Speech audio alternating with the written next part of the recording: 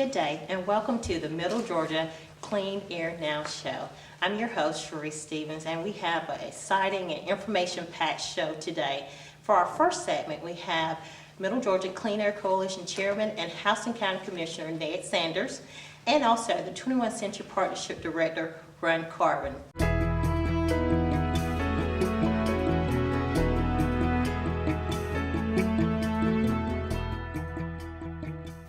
Welcome back. We're here with the Middle Georgia Clean Air Coalition Chairman and also the Houston County Commissioner, Ned Sanders. Welcome. Thank you, Sharice. I'm glad to be here with you. Thank you. And what we want to know is why the Middle Georgia Clean Air Coalition? Well, the Middle Georgia Clean Air Coalition basically is a coalition of 7 counties, 13 cities, all in Middle Georgia, surrounding Bibb County, basically. And the reason it's a coalition is because a problem involving clean air does not limit itself to just political boundaries. And recognizing that, it's a problem that we all have to work together in a collaborative manner in order to achieve any success toward reduction in the detrimental effects of polluted air. Ozone is the chief culprit in air pollution, and of course there are other factors that enter into it. Particulate matter enters into it also, and it's a complex issue because many factors come together to make pollution exceed the normal levels that are recognized as being healthy.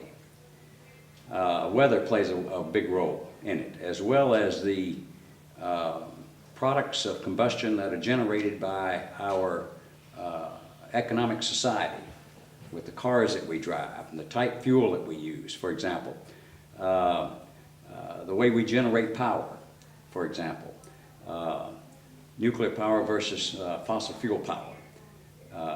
And so all of these things combine to mandate that we as a society, as a group of governments, work together in order to attack the problem and mitigate the detrimental effects of pollution, air pollution. So right now, Bibb County and part of Monroe is? All of Bibb County has been designated by the Environmental Protection Agency.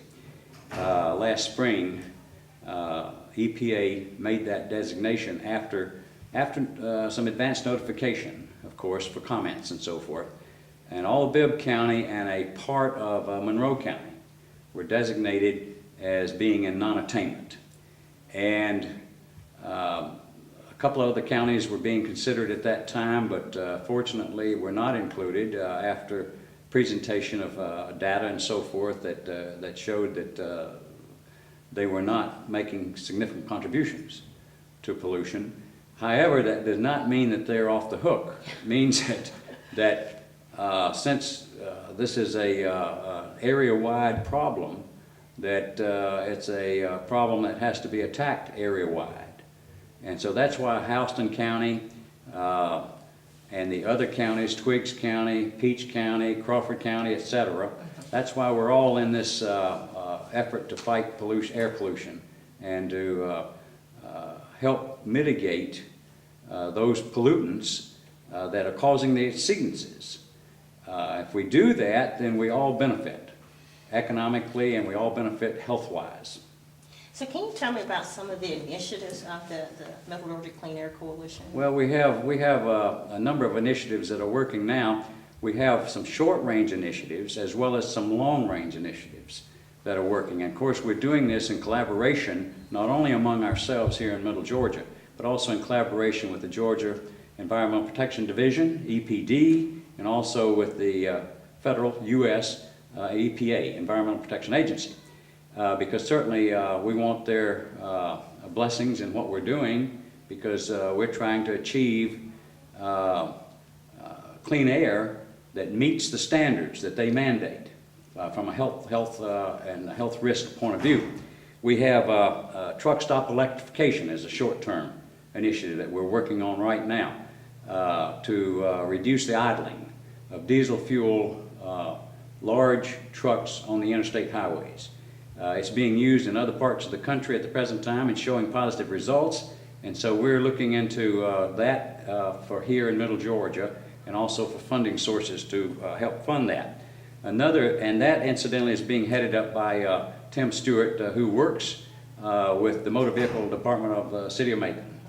And he's the chair of that committee. We also have a committee, Commuter Strategies Committee, which is under the chairmanship of Bill Vaughn, the executive director for Bibb County. And the Commuter Strategies is coming up with ideas on how we can change the patterns of commuting to work, to and from work, and in going about our daily business, so as to help reduce the ozone being produced by the vehicles that we drive, basically. Our everyday life, in other words. How can we change our travel patterns and habits and so forth, so as to reduce the dependence on one vehicle, one person, basically. Also, open burning ban. This is something that's very current because the state EPD has recently passed enacted regulatory restrictions that tell us that during certain days we can't have open burning, particularly during days of high potential ozone production during the summer months. And so that's going to go into effect here very soon. In 2005, we'll be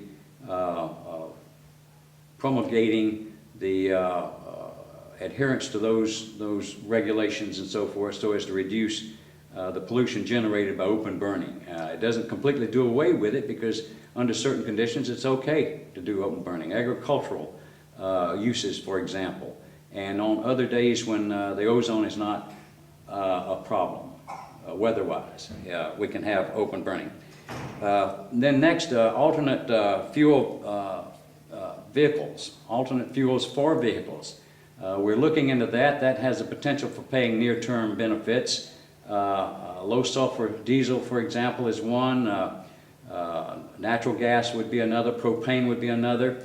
And we're looking to see what is the best for each application, for various applications, what's the best fuel that would give us the cleanest burning engines, so as to reduce the nitrous oxide gases that come out of motor vehicles, basically. And so that's a near-term thing we're working on. Political public awareness and education, that's being chaired by Sharice Stevens herself, the lady here that we're talking to. And this is necessary because without getting the word out to the public, it doesn't do much good to have committees and to have decisions being made if it's not promulgated to the public, so where the public can buy into it and also help with the solution of the problem. And so that's near term. For the long term, we have a strategist for the future being chaired by the chairman of Bibb County, Tommy Olmstead, at the present time. And they're looking at strategies that we can research, and then with the proper research and the proper validation, look for funding to help achieve and to educate the public on, and the business community on, and the commercial sector on, in order in the future. And so this would have long-term effects for us. In other words, above and beyond what we're doing short-term. We're looking for the future. Different kind of engines, for example, that we could encourage the manufacture of, that would propel our commercial vehicles, our school buses, and things of that nature. So how can the general public get involved in the process? Well, the general public can get involved by, number one, being aware of what the problem is and supporting the efforts that we're working on, and giving us their recommendations, frankly.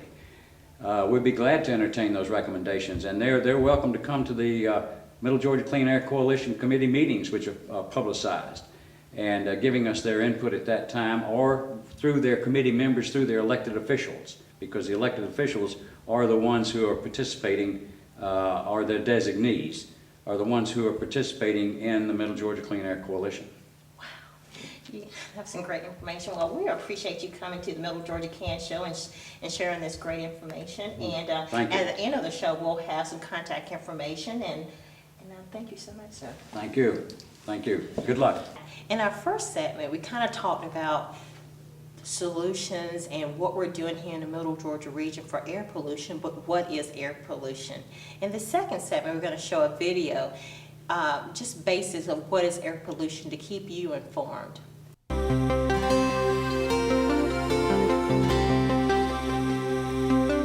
Since 1970, the Clean Air Act has provided the primary framework for protecting people and the environment from the harmful effects of air pollution.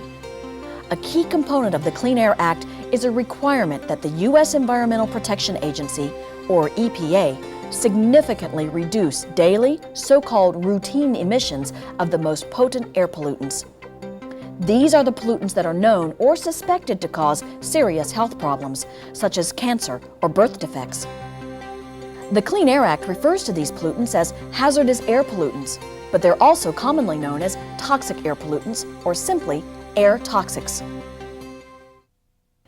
Toxic air pollutants are those pollutants that are known or suspected to cause cancer or other serious health effects, or to cause negative environmental effects.